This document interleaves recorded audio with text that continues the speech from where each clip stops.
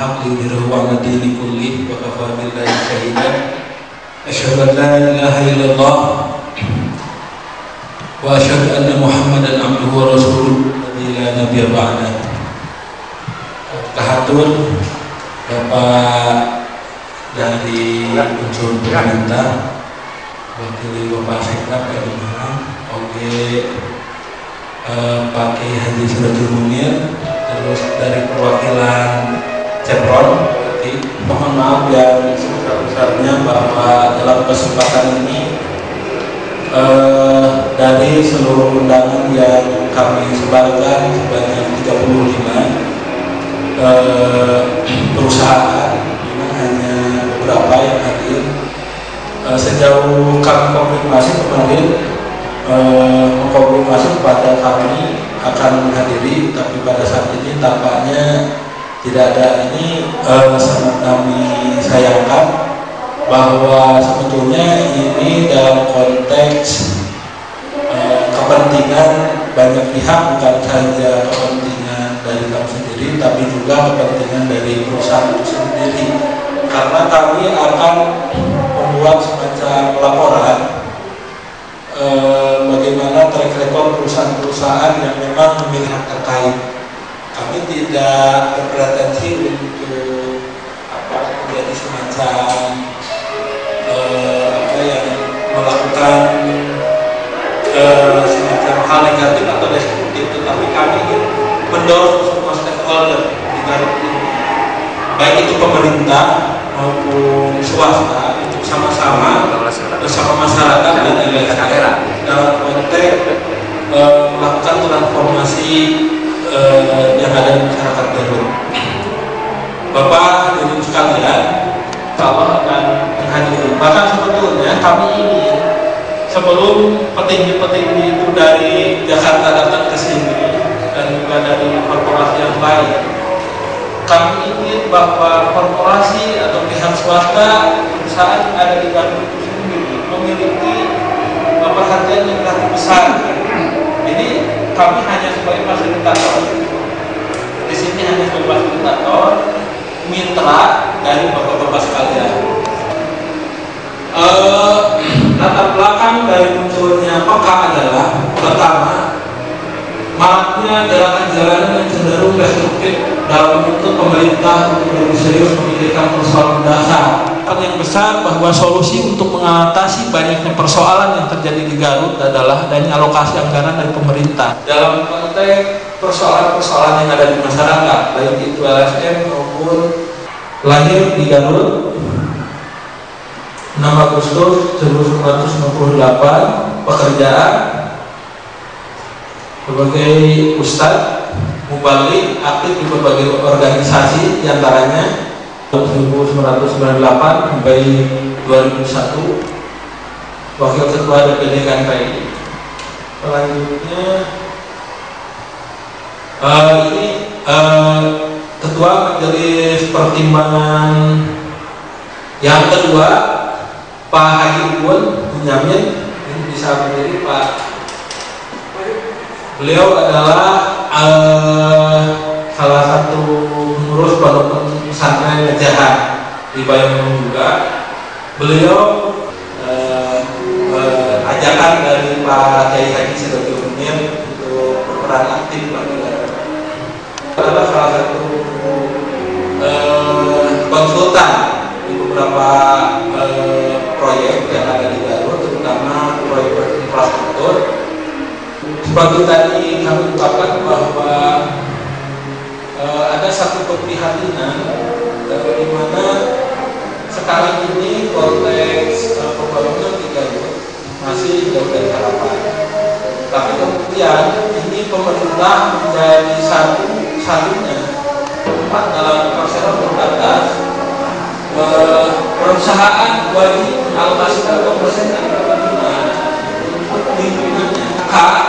Ini bukan pengawas yang kemudian ngomong-ngomong dengan konteks internal perusahaan, bukan, tetapi kami mengawasi CSR yang dilakukan oleh perusahaan ini itu justru tidak konsumtif, baik atau misalkan dalam konteks pendidikan ada perusahaan-perusahaan tertentu yang justru kemudian brand image-nya naik, meningkat, ada semacam keterikatan emosional bahwa perusahaan ini tidak sosial, tapi justru membantu masyarakat untuk menanggulangi bencana kesehatan atau bencana-bencana lain sebagainya. Ini yang coba kita tunjukkan dalam forum ini.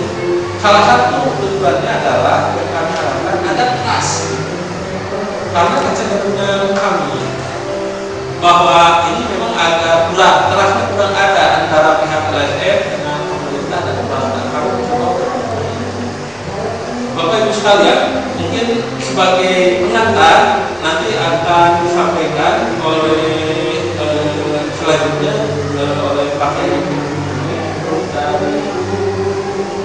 Bapak terus juga oleh Pak Tik dari perwakilan dari Chevron. Sebetulnya dalam silakan pada Bapak Kiai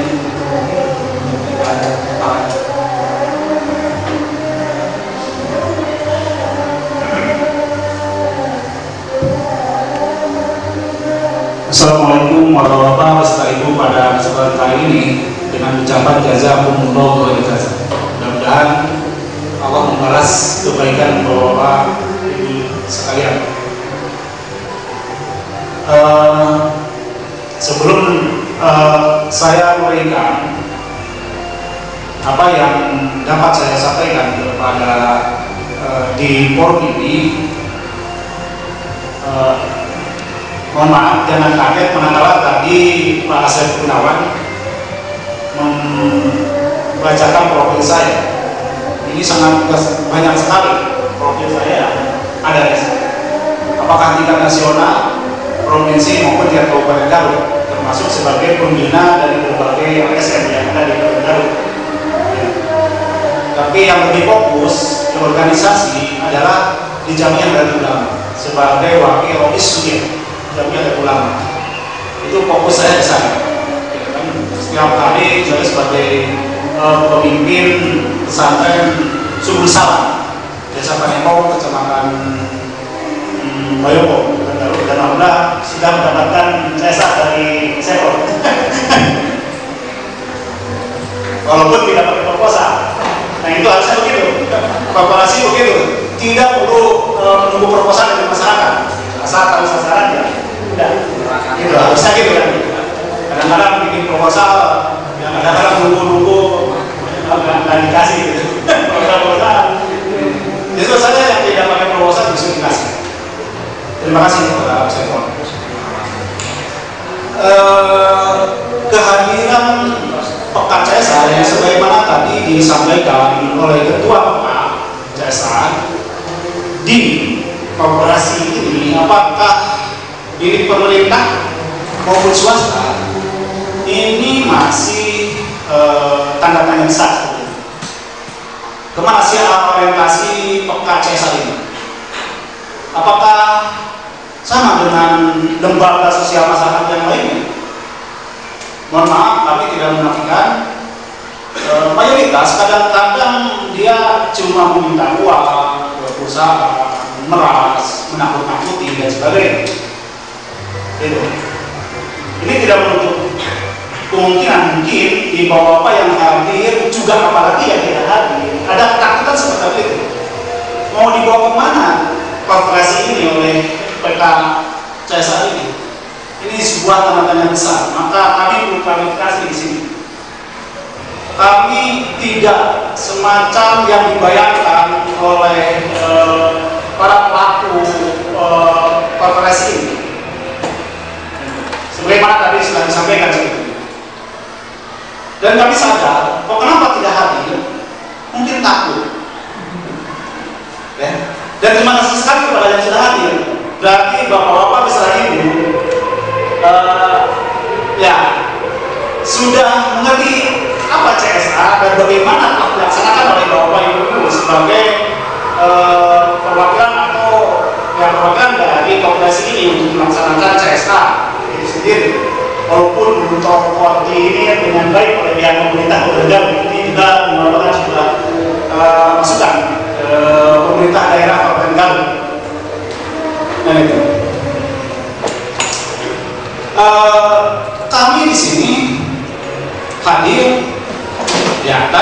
bukan sebagai rival, bukan sebagai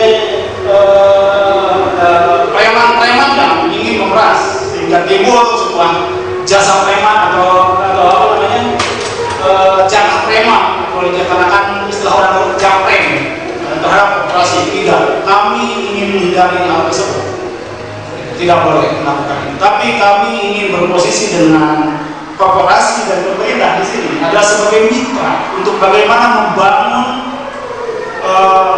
Garut ini ke depan nanti, begitu. Itu intinya kami.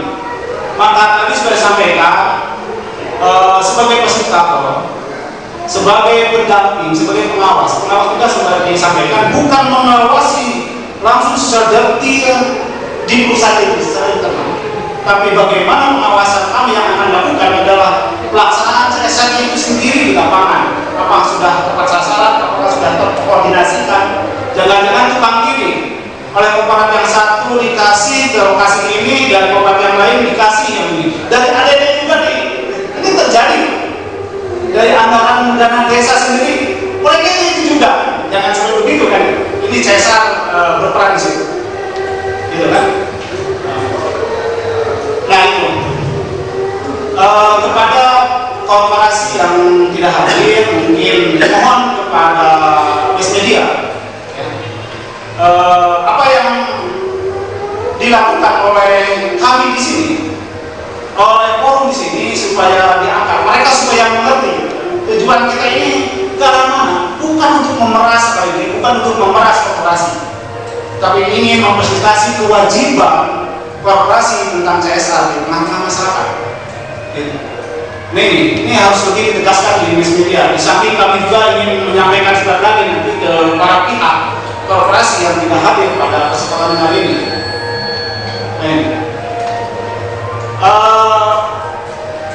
Fakta CSR tidak perlu ditakuti, karena apa yang sudah tahu di fakta CSR tidak punya apa-apa, gitu kan? Kami punya moral bagaimana ada sebuah keinginan kita bersama-sama dengan pemerintah daerah, bersama-sama dengan korporasi membangun Garut ini. Kalau tadi sudah disampaikan oleh Pak Sekunawan selaku ketua CSR, di mana kalau membangun Garut mengandalkan cuma dari APBD, PAD Garutnya pun berapa? Walaupun nominalnya APBD mencapai 1,4 triliun ya, tapi itu mayoritas untuk gaji PNS, untuk di operasional pemerintahan itu sendiri yang langsung menjalankan membangun masyarakat, membangun pembangunan di masyarakat yang berkenaan dengan ekonomi, pendidikan, kesehatan, termasuk infrastruktur di dalamnya, ini sangat sedikit sekali.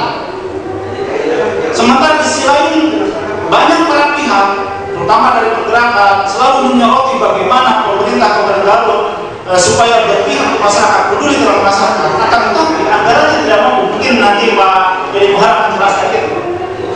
Maka kami melihat korporasi mempunyai tanggung jawab juga pada dasarnya. Artinya di sini bukan sekedar pemerintah dan korporasi yang bertanggung jawab tentang membangun Garut tersebut, tapi semuanya warga Garut sendiri terlibat bertanggung jawab terhadap, termasuk setiap individu sesuai dengan kapasitas dan kemampuannya itu sendiri. Ini Bapak-bapak beserta Ibu yang saya hormati dan saya banggakan, sekali lagi kami tekankan bahwa CSR ini adalah diharapkan menjadi mitra korporasi dan pihak pemerintah untuk membangun Garut itu di sini. Ya, tugas tadi sudah jelas. Yang selanjutnya mungkin supaya tidak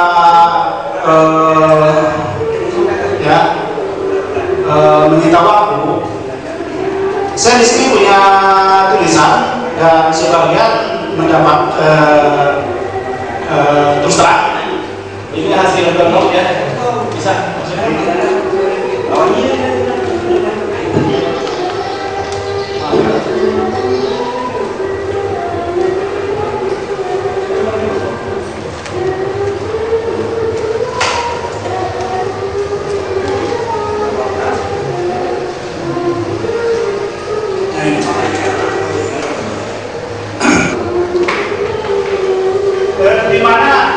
CSR ini sebetulnya bukan pos semata korporasi,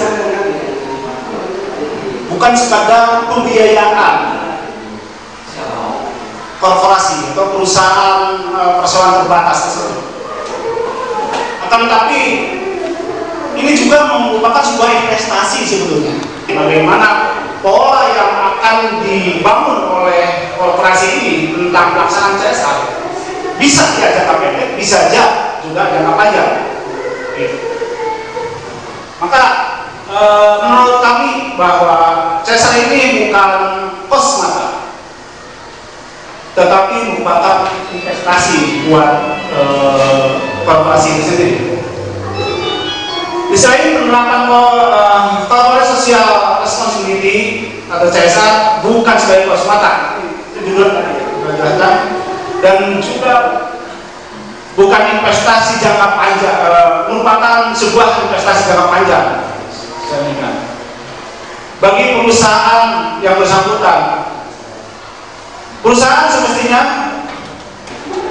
mesti yakin bahwa ada hubungan positif antara pelaksanaan CSR dengan peningkatan apresiasi masyarakat secara umum terhadap perusahaan yang bersangkutan. Jadi manakala CSR dilaksanakan oleh masyarakat dan tepat sasaran, maka akan mendapatkan apresiasi dari masyarakat, pengakuan terhadap perusahaan itu sendiri, betul adanya perusahaan tersebut dan betul ada manfaatnya di tengah-tengah masyarakat perusahaan tersebut yang melaksanakan CSR. Kita sudah sepakat bersama sebetulnya di korporasi ini bahwa anggaran CSR, mohon maaf tadi bahasa, sebetulnya dulu memang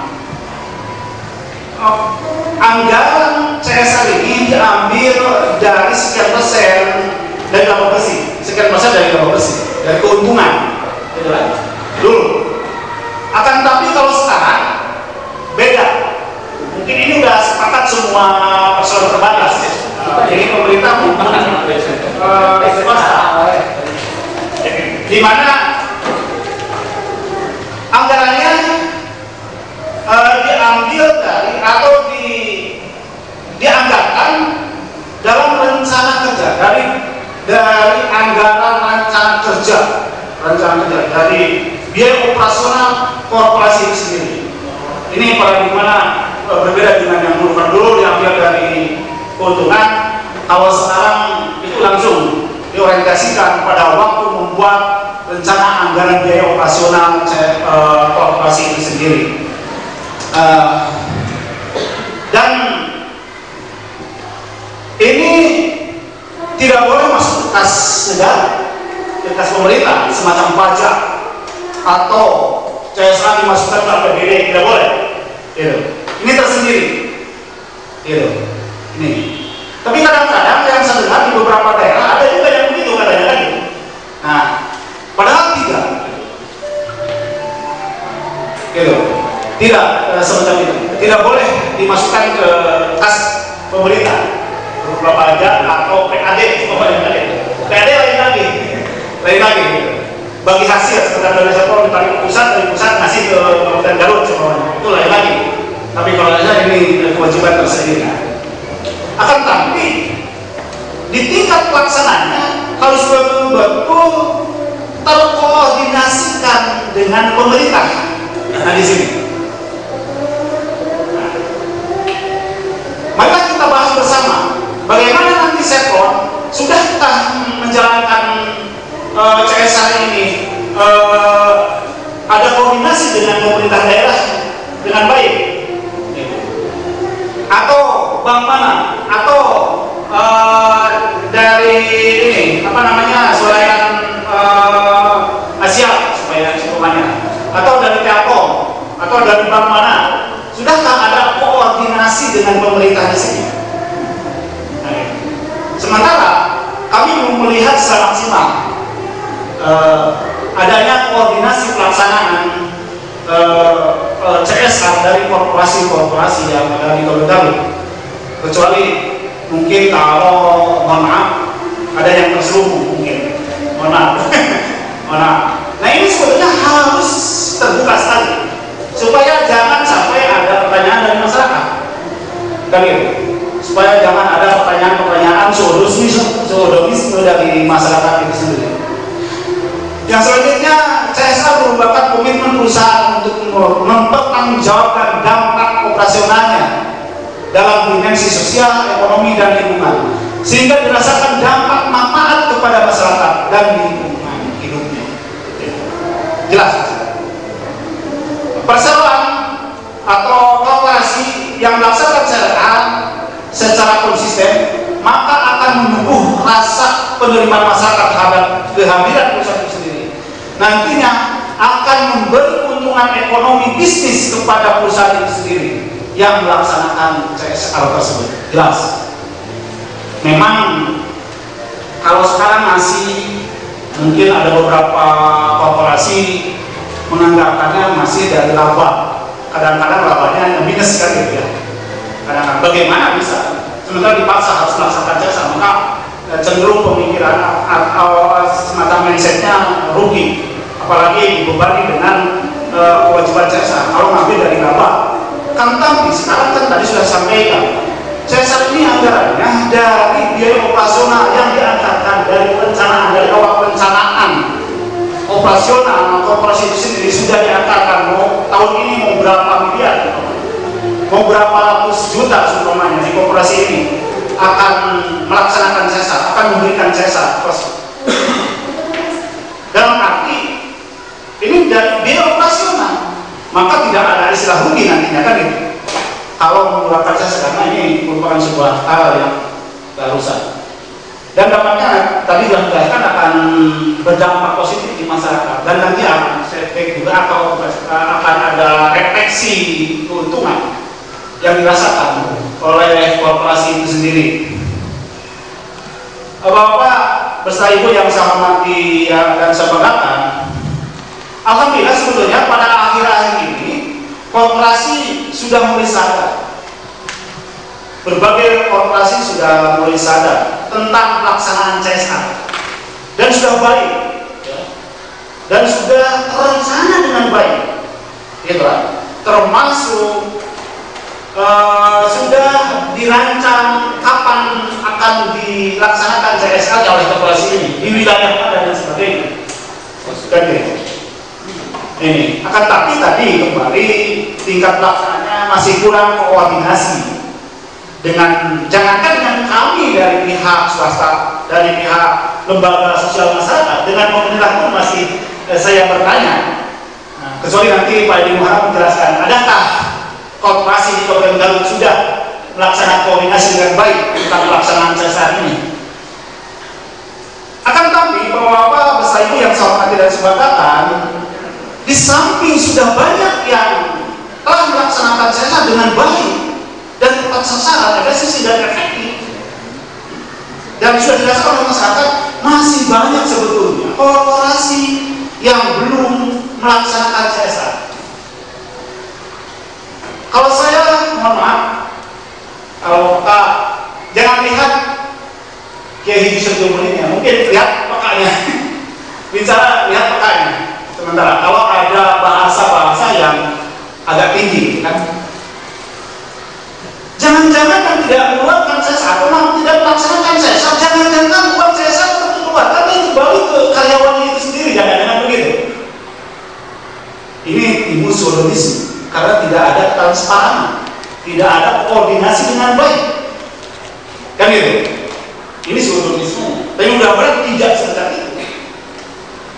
Syukur-syukur tidak. Jangan sudah melaksanakan CSR tapi kembali ke direkturnya, kembali ke manajernya, kembali ke karyawan keluarganya, kan?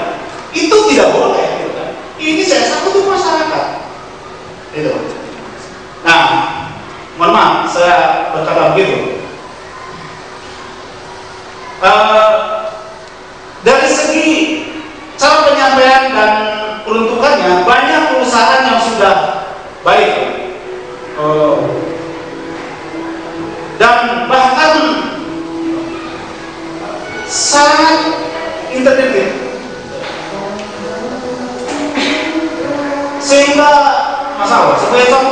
saya ambil contoh sebagai ini kembali ke sektor. Masalah, sudah kelihatan dan banyak sekali masyarakat. Tapi masyarakat itu sendiri tidak tahu apakah ini bantuan semacam hibah yang sifatnya sunat atau CSR. Ini juga di masyarakat, teman-teman masyarakat kurang jelas, kurang jelas. Masih satu dua orang yang memahami, oh ini CSR-nya, oh ini CSR-nya, tapi mayoritas masyarakat di situ tidak tahu apa ini CSR atau semacam ya semacam hibah, semacam ya makanya dulu lah, hanya gitu kan. Nah itu yang terjadi Pak. Maka nanti ke depan jangan lagi ada prediksi atau penilaian soal itu. Kalau itu tidak CSR, gitu. Kalau semacam bantuan biasa ya bantuan biasa, ini jelaskan supaya tidak numpang tindih nanti. Ayo. Oleh karena itu, kami berharap dengan adanya lokal karya, walaupun dengan sederhana kayak sekarang, tapi ini sangat fundamental menurut saya untuk undang-undang dengan CSR itu sendiri. Maka nanti diharapkan terserah mau ditindak